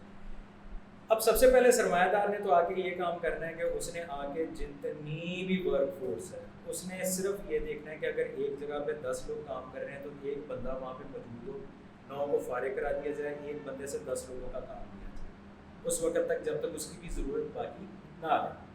اب جو بھی کسی بھی ادارے کے اندر آپ کو پتہ ہے کہ محنت کش کام کر رہا ہوتا ہے، وہ ساری عمر ٹیکنیکلی اسی چیز کے اوپر ٹرین ہوتا ہے. وہ پہلے ہی جو ہے نجی شعبے کے اندر کوئی نوکری نہیں ہے، کچھ نہیں ہے. اگر بالفرض نجی شعبے کے اندر نوکریاں موجود بھی ہوں تو ایک چیز کے اوپر جو ایک ریلوے کا، پی آئی اے کا، واپڈا کا ایک ٹیکنیکلی ٹرینڈ جو بندہ ہے جس نے 20 سال 25 سال 15 سال گزارے، وہ نجی شعبے میں آ کے پہلی چیز تو ہے کہ وہ کام نہ اس کو ملے گا، نہ وہ کوئی اور کام جو ہے وہ ٹیکنیکلی ٹرینڈ ہے اس کے لیے وہ بے روزگار ہوگا. اس کے ساتھ جو اس کا جڑا ہوا خاندان ہے وہ بھی معاشی تباہی کی طرف جائے گا. اگر بالفرض یہ تھوڑا بہت گولڈن ہینڈ شیک اور اس طرح کی کوئی لٹرم پٹرم چیز دے بھی دیتے ہیں تو جو اس وقت مہنگائی کے حالات ہیں، جو اس وقت معاشی اور سماجی تباہ حالی ہے، چند مہینوں چند ہفتوں کے اندر ان پیسوں نے جو ختم ہو جانا ہے. اس خاندان نے، اس محنت کش نے اپنے خاندان سمیت جو ہے وہ سڑک کے اوپر آ جانا ہے. ہم یہاں پہ لاکھوں محنت کشوں کی اور کروڑوں خاندانوں کی بات کر رہے ہیں. ابھی آپ کے جو ہے وہ ہم نے گفتگو کے آغاز میں ہم نے بات کی تھی کہ جو اس کی ورلڈ بینک کی رپورٹ ہے اس کے مطابق 44% 44.5% جو ہے خط غربت کی لکیر سے نیچے جو ہے وہ لوگ رہے ہیں. باقی جو تخمینے جو ہے وہ ان کے اوپر بھی ہم نے جو ہے وہ بات چیت کی ہے، سارا کچھ کی ہے. اگر ہم 50% کا بھی کہہ دیں کہ 25 کروڑ میں سے 12 ساڑھے 12 13 کروڑ عوام جو ہے وہ خط غربت کی لکیر سے نیچے ہے، تو میں آپ کو یقین دلاتا ہوں کہ جب یہ نجکاریوں کا کام ختم ہوگا، جب یہاں پہ رائٹ سائزنگ، ڈاؤن سائزنگ، نجکاری، ہر طرح کی جو اس طرح یہ لے کر آتے ہیں، اس اصطلاح کو لاگو کیا جائے گا تو اس کے بعد یہاں پہ صرف تباہی و بربادی ہوگی عوام کے لیے، اور حکمران طبقہ جو ہے وہ ایک راکھ کی ڈھیری پر بیٹھا حکمرانی۔ یعنی کہ آسان الفاظ میں ایک طرف عوام کو جو تھوڑی بہت سہولیات ملتی تھیں، ہیلتھ کیئر کی، ایجوکیشن کی، ٹرانسپورٹ کی، وہ بھی سب ختم ہو جائیں گی یا بے تحاشا مہنگی ہو کے ان کی پہنچ سے باہر ہو جائیں گی۔ دوسری طرف یہ جو محنت کش اداروں میں کام کرتے تھے، ان کی 80% تعداد کو تو ویسے ہی ڈاؤن سائزنگ میں نکال دیا جائے گا، جو 20% بچیں گے ان کی بھی تنخواہیں سلیش کر دی جائیں گی، ان کے اوقات کار جو بڑھا دیے جائیں گے، ان کی پینشنوں کا خاتمہ کر دیا جائے گا، کیونکہ آلریڈی گورنمنٹ کرنے کی طرف یہ سب جو ہو جا رہی ہے، یعنی کہ مکمل طور پہ یہ لاکھوں محنت کشوں کے خاندانوں اور کروڑوں عوام کے اوپر ایک بہت بڑا جو ہے وہ حملہ ہے۔ اس کی مسادہ مثال ہے کہ گورنمنٹ کا اسپتال ہے، اس کے اندر 10 روپے کی پرچی کٹتی ہے اور علاج جیسا بھی ہوتا ہے وہاں پہ ہو جاتا ہے۔ جب وہاں پہ 1000 روپے کی پرچی کٹے گی، 5000 روپے کے ٹیسٹ ہوں گے، 1,00,000 1,50,000 روپے کا آپریشن ہوگا، تو کون وہاں پہ جا کے جو ہے یہ کام کروا سکے؟ اچھا ولید، اب اینڈ کی طرف جا رہے ہیں، آخری بالکل اس کو سمرائز کرنے سے پہلے ایک سوال میں آپ سے اور پوچھوں گا، اس کا بالکل آپ پریسائز جواب دیں۔ پاکستان میں جتنی بھی سیاسی پارٹی ہیں، ہر سیاسی پارٹی کہیں نہ کہیں سے حکومت میں بیٹھی ہے، پی ٹی آئی بھی، کے پی کے میں تو گورنمنٹ کے اندر ہے، پیپلز پارٹی بھی اپنا اقتدار میں شیئر لیتی ہے، ساری سیاسی پارٹیاں سب جگہ پہ حکومت میں، تو ساری سیاسی پارٹیاں ہیں، پھر پاکستان میں ادارے ہیں۔ میں یہاں پہ محکمہ تعلیم کی بات نہیں کر رہا، میں یہاں پہ محکمہ صحت غریبوں کی بات نہیں کر رہا، ٹھیک ہے، میں یہاں پہ ریلوے والوں کی بیچاروں کی بات نہیں کر رہا، میں اداروں کی بات جو ہے وہ کر رہا ہوں کہ سیاسی پارٹیاں ہیں، پھر یہ ادارے ہیں، جی ایچ کیو ہے، عدلیہ ہے، وغیرہ وغیرہ، اور پھر سول افسر شاہی ہے، یہ مین سٹیک ہولڈرز ہیں پاکستان کی پوری ریاست، یہی سٹیک ہولڈر ہیں۔ کیا یہ سارے سٹیک ہولڈر اس ساری لوٹ مار، اس سرمایہ دارانہ ظلم و استحصال، یہ جو سارا آئی ایم ایف کا پروگرام ہے، سارا جبر ہے، کیا یہ سب، یہ جو عوام دشمنی ہے، کیا یہ سب اس کے اوپر ایک پیج پر ہے؟ کیونکہ ویسے تو ان کے بڑے اختلافات لگتے ہیں، نون لیگ کے پی ٹی آئی سے اختلافات ہیں، پی ٹی آئی کے پیپلز پارٹی سے اختلافات ہیں، جو فوج کے جناب کبھی سیاستدانوں سے اختلافات بن جاتے ہیں، کبھی کہیں بن جاتے ہیں جرنیلوں کے، تو مگر یہ عوام دشمنی میں کیا سارے ایک پیج کے اوپر ہیں؟ میرا خیال ہے پہلے تو وہ آپ کو یہ دیکھنا چاہیے کہ پارلیمنٹ کے اندر یا ٹی وی ڈراموں کے اندر، میں ٹی وی ڈرامہ ہی کہوں گا ان کو، یہاں پہ جو لوگ ایک دوسرے سے لڑائیاں کر رہے ہوتے ہیں، وہ شام کو فارم ہاؤسز میں کہاں کہاں اکٹھے بیٹھے ہوتے ہیں۔ اب یہ نہیں بتانا کہ وہ کیا کر رہے ہوتے ہیں، یہ تو بات کہیں اور نکل جائے گی، لیکن اس میں آپ کو یاد ہوگا کہ یہ جو آئی ایم ایف کا پروگرام ہے، جب اس کے اوپر نیگوسیشنز چل رہی تھیں، تو جو آئی ایم ایف کی ٹیم یہاں پر آئی تھی، وہ ٹیم تمام سیاسی پارٹیوں سے ملی تھی، سیاسی پارٹیوں کے تمام جو سربراہان ہیں ان سے ملی تھی، ان سب کے ساتھ باقاعدہ ایگریمنٹس ہوئے تھے، ان سب کی یس کروائی گئی تھی، یہاں تک کہ جو خان صاحب جو اندر بیٹھے ہوئے ہیں ان کے ساتھ بھی یس ہوئی ساری۔ اس کے علاوہ ہر جگہ پہ ہر سیاسی پارٹی جو ہے وہ بار بار ایک ہی چیز کہتی ہے کہ مسائل ہیں، مسائل کا حل یہی ہے، آئی ایم ایف ہے، پرائیویٹ سیکٹر ہے، پرائیویٹائزیشن ہے۔ ہر بندہ جو ہے وہ، ہر سیاسی پارٹی اور بندہ جو ہے وہ جب اختلاف ایک دوسرے کے ساتھ کر رہا ہوتا ہے، جو ہمیں نظر آ رہا ہوتا ہے کہ اختلاف کر رہا ہے، وہ اختلاف یہ نہیں کر رہا ہوتا ہے کہ یہ کرنا ہے یا نہیں کرنا ہے، وہ اختلاف یہ کر رہا ہوتا ہے یہ تو کرنا ہے پر اس میں ہمارا حصہ کتنا ہے۔ صحیح بات، یہ ہے اصل مسئلہ۔ ہمیں جو لڑائی نظر آتی ہے وہ لڑائی یہ نظر آتی ہے کہ بھائی یہ جو کیک ہے، اس کیک کے اندر 2 سلائس اگر تم لے جاؤ گے تو 2.5-3 سلائس تو مجھے بھی، تو ایک دو سیاسی پارٹیوں کو سارے آن بورڈ سب ہیں، اور کون کون آن بورڈ ہے؟ آپ دیکھ لیں کہ اس کے اندر جو ہے باقی تمام جو ادارے ہیں وہ بھی آن بورڈ ہیں، G H Q on board ہے، بالکل، عدلیہ، آئی ایم ایف کی ٹیم آگے ججوں سے، جوڈیشری سے ملی، جی۔ اب ایک سول افسر شاہی سے ملی۔ اب آپ مجھے یہ بتائیں کہ ایک جو مالیاتی ادارہ ہے جس نے قرضہ دینا ہے، اس کا کیا کام بنتا ہے کہ وہ ججوں کے ساتھ بیٹھ کے جو ہے وہ کیا بات کر رہے ہیں، یا جو ہے بیوروکریسی کے ساتھ بیٹھ کے جو بات کر رہے ہیں وہ کیا بات کر رہے ہیں؟ بیوروکریسی کا تو کام ہوتا ہے کسی بھی ریاست کے اندر آرڈرس کو کیری آؤٹ کرنا، حکمران طبقے، تو وہ اس کے ساتھ بیٹھ کے کیا ڈسکشن کر رہے ہیں؟ تو ہم اگر آپ پچھلے 1 سال کی ساری خبریں، رپورٹیں، تصاویر، ساری چیزیں اگر آپ دیکھیں، آئی ایم ایف کی خود جو ٹیمز یہاں پر آئی ہیں، جو سٹاف میٹنگز ہوئی ہیں، ان کے اگر آپ اعلامیے دیکھیں،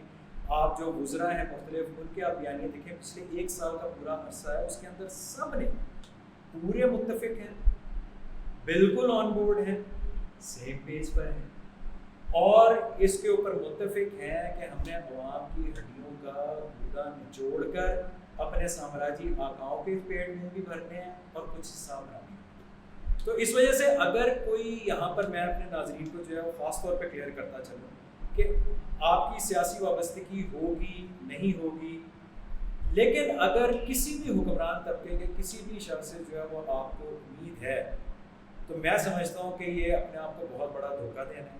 پچھلے چند سالوں کے اندر آپ خود دیکھ رہے ہیں، آپ صرف اپنا معیار زندگی جو ہے اسی کا آپ اندازہ کر لیں کہ 2021-22 کے اندر آپ مرغی خریدتے تھے، آپ دال خریدتے تھے، آپ موبائل کے اندر جو ہے لوڈنگ کرواتے تھے، آپ اپنی موٹر سائیکل کے پیٹرول کی ٹنکی بھروایا کرتے تھے.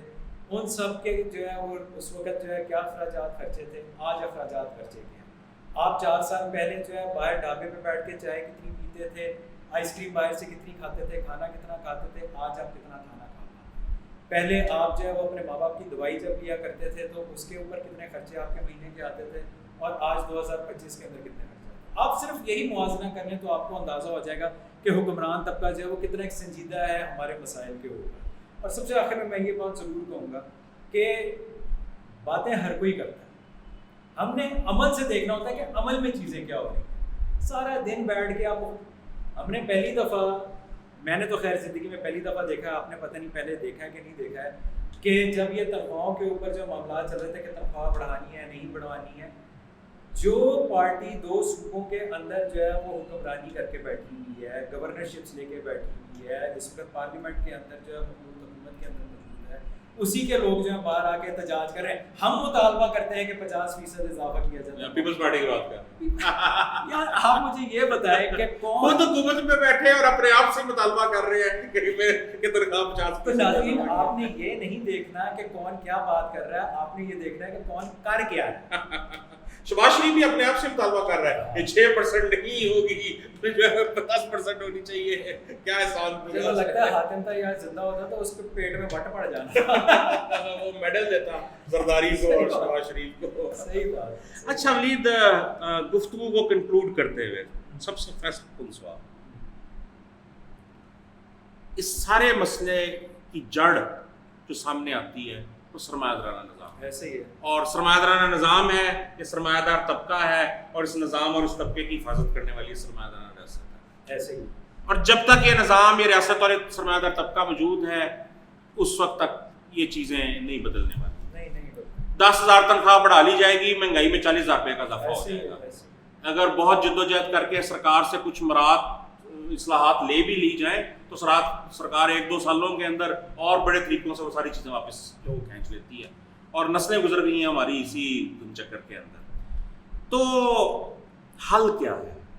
سولوشن کیا ہے، یہ کیسے سب اس سے ہم باہر کیسے آ سکتے ہیں، ہم ایک بہتر زندگی کیسے گزار سکتے ہیں، عوام کے پاس جو ہے وہ کیا کریں، عوام محنت کش طبقہ کیا کرے، حل کیا ہے؟ آفتاب صاحب میں نے اپنے آرٹیکل میں بھی جو ہے وہ لکھا تھا، اور پوڈ کاسٹ کے جو ہے وہ نیچے لنک بھی آرٹیکل کا دے دیں گے تاکہ جو ناظرین ہیں وہ اس کو پڑھ سکیں، اس کو دیکھ سکیں، اور مزید جو ہے ویب سائٹ وزٹ کر کے ہمارے جو معیشت کے اوپر اور دیگر مسائل کے اوپر. مجھے یاد ہے کہ آپ کا ایک آرٹیکل جو ہے پرانا، کیونکہ کسانوں کے حوالے سے بھی جو ہے اس بجٹ کے اندر کچھ بھی نہیں ہے، اور بہت تباہی کسانوں کی جو ہے وہ ہوئی ہے پچھلے 1-1.5 سال کے اندر. خاص طور پہ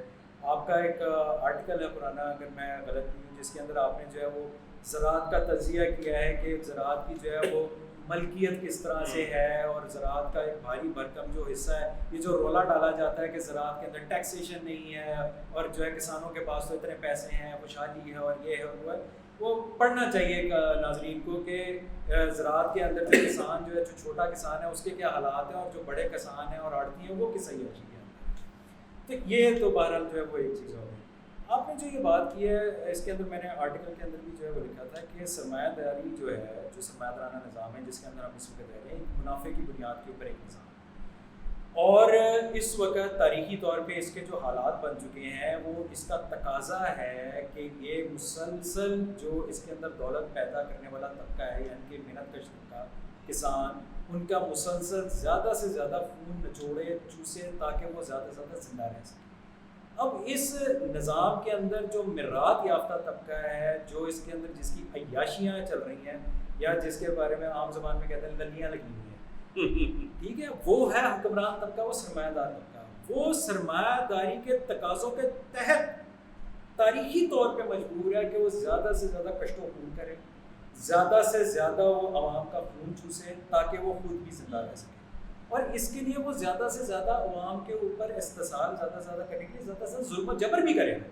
کیونکہ اس نے عوام کی ہمت توڑ کے, اس کے گھٹنے توڑ کے, گٹے گوڑے توڑ کے اس نے جو ہے اطاعت کروانی ہے, استحصال کرنا ہے اس کا. تو سب سے پہلی چیز تو یہ کہ ہمیں یہ چیز سمجھنی ہوگی کہ وہ جس طرح سے بہت سارے لوگ کہتے ہیں کہ جی ہمیں سیاست میں دلچسپی نہیں ہے, کیونکہ سیاست آج کل جو ہے وہ گالی بن چکی ہے. میں ناظرین کو جو ہے وہ یہ بات کلیئر کرتا چلوں کہ سیاست حقیقی طور پہ یہ نہیں ہے جو آپ کو روزانہ ٹی وی کے اوپر نظر آتی ہے. سیاست حقیقی طور پہ یہ ہے کہ سماج کے اندر حکمرانی کس طبقے کی ہوگی اور سماج کے اندر جو دولت پیدا ہو رہی ہے اس کو کس طرح سے استعمال کیا جائے گا, یہ ہوتی ہے سیاست. اور یہاں پہ اگر آج حقیقی سیاست کے اندر کوئی دلچسپی ہے تو وہ محنت کش طبقے کی ہی سیاست ہو سکتی ہے کہ جو طبقہ اس سماج کے اندر ساری دولت پیدا کر رہا ہے اسی کے اوپر اس کی ساری حکمرانی بھی ہو, اسی کے اوپر سارا محنت کش طبقے کا مقصد کیا ہوگا, محنت کش طبقے کے ساتھ ایم کیا ہوگا, حل کیا ہوگا. محنت کش طبقے کے سامنے ایک ہی راستہ ہے اور یہ اس کا تاریخی راستہ ہے. یہ تاریخ نے اس کے اوپر مسلط کر دیا ہے, یہ اس کا تاریخی فریضہ بنا دیا ہے کہ وہ بغاوت کرے, حکمران طبقے کے خلاف بغاوت کرے, حکمران طبقے کے استحصال کے خلاف بغاوت کرے, اس کی منافع خوری کے خلاف بغاوت کرے, ظلم و جبر کے خلاف بغاوت کرے, سرمایہ دارانہ نظام کا خاتمہ کرے, منافع کا خاتمہ کرے. یہ جو ساری ملکیت ہے جو اس وقت دیکھیں محنت کش طبقہ جو ہے ساری دولت بناتا ہے اور کیونکہ ملکیتی رشتہ جو ہے وہ نجی ملکیت کا ہے تو اس وجہ سے ساری دولت جو ہے چند ہاتھوں کے اندر جائے. اس ملکیتی رشتے کو ختم کرنا ہوگا, نجی ملکیت کو ختم کرنا ہوگا, اور یہ تمام جو چوٹی کی جو سیکٹرز ہیں معیشت کے جس کے اندر آپ کا ٹیکسٹائل ہے, آپ کی معدنیات ہیں, آپ کی جو ہے آئل اینڈ گیس ہے, دیگر بڑی صنعتیں ہیں, بینک ہیں, انشورنس ہے, بہت سب سے امپورٹنٹ ریڑھ کی ہڈی ہے سرمایہ داری کی, بینکاری, انشورنس وغیرہ, ان سب کو قومی ملکیت کے اندر کیا جائے. جو سارے سامراجی قرضے ہیں ان کا بھی انکار کرنا پڑے گا. سامراجی قرضوں کا تو سب سے پہلے دن انکار کرنا پڑے گا کہ بھائی, اور وہ کرنا بڑا سادہ سا ہے کہ جن کو قرضہ دیا تھا ان سے ہی قرضہ واپس لو, نہ ہم نے قرضے دیے نہ ہم نے قرضے دیے, سادہ معاملہ. تو جب یہ سارے بڑی جگیروں کا بھی خاتمہ کرنا, بڑی جگیروں کا خاتمہ جو ہے وہ کیا جائے, میں سمجھتا ہوں کہ پاکستان کے اندر سب سے خوفناک ترین جو سوال ہے وہ زمین کا سوال ہے. زمین کا سوال جو ہے وہ حل نہیں ہو سکا اس ملک کے اندر, حالانکہ شاید ایک دو دفعہ جو ہے وہ زمین کا سوال حل نہیں ہو سکا. دیکھیں جو طبقاتی استحصال اور طبقاتی سوال ہے وہ تو سب سے بڑا ہے, وہ تو سب سے پہلے موجود ہے, مگر اس کے ساتھ زرعی سوال موجود ہے, قومی جبر کا سوال مسئلہ موجود ہے, عورت کے اوپر صنفی جبر کا مسئلہ موجود ہے, مذہبی قیدوں کے اوپر مذہبی جبر کا مسئلہ جو ہے موجود ہے. باقی جو پہلے وقتوں کے مسائل ہیں وہ بھی یہاں پہ حل نہیں ہو سکے چلے یار. تو یہ سارے مسائل بھی سرمایہ داری کے خاتمے کے ساتھ ہی ان کا حل ہوگا. ان سب کا خاتمہ ایک سوشلسٹ انقلاب کے ذریعے کرنا ہوگا, اور سوشلسٹ انقلاب کرنے کے لیے ایک نظریاتی پارٹی, ایک ایسی پارٹی جس کے پاس انقلاب کا, بغاوت کا ایک پروگرام ہو, جس کے پاس منصوبہ بند معیشت کا ایک پروگرام ہو, اس سماج کو آگے لے کر جانے کا پروگرام ہو. ایسی پارٹی یہ محنت کش نظریات کے اوپر, یہ مارکسی نظریات کے اوپر ہی ایک ایسی پارٹی ہو سکتی ہے. کیا آپ یہ انقلابی کمیونسٹ پارٹی کی تو بات نہیں کر رہے؟ میں انقلابی کمیونسٹ پارٹی کی بات کر رہا ہوں, اور ہم برملا یہ بات کرتے ہیں کہ ہم یہ کام کر رہے ہیں اور ہم دعوت دیتے ہیں محنت کش طبقے کو, کسانوں کو, اقلیتوں کو, خواتین کو, نوجوانوں کو, ہم یہ دعوت دیتے ہیں کہ ہم یہاں پر یہ پارٹی تعمیر کر رہے ہیں, محنت کشوں کی عوام کی پارٹی جو ہے ہم تعمیر کر رہے ہیں, اور اس کے اندر ہم آپ کو دعوت دیتے ہیں کہ اس انقلابی کام میں آپ ہمارے ساتھ ہیں اور ہمارے ساتھ آ کے شامل ہوں. اور ہمارا پروگرام ہے سرمایہ داری کا خاتمہ ہم نے کرنا ہے, ہم نے ایک سوشلسٹ انقلاب کرنا ہے, ہم نے یہاں پہ حکمران طبقے کا خاتمہ کرنا ہے, ہم نے تمام یہاں پہ جاگیریں, صنعتیں, سب بینکاری, سب کو ہم نے یہاں پہ قومیانہ ہے, اور جو تمام پیداوار ہوگی وہ استعمال ہوگی اس طبقے کے لیے, یعنی محنت کش طبقے کے لیے, تاکہ جو اس کی ضروریات ہیں ان سب کو پورا کیا جائے, نہ کہ چار بندے بیٹھ کے منافع خوری کرتے ہیں. بہت شکریہ ولید, بہت شاندار جو ہماری گفتگو جو ہوئی, اور ناظرین مجھے امید ہے کہ آپ کو ایک بڑی ایک بہتر آپ کو جو ہے وہ ایک محنت کش طبقے کے نقطہ نظر سے ایک ساری جو ہے وہ ایک بحث جو ہے وہ ملی ہوگی اس پورے بجٹ کے حوالے سے, اور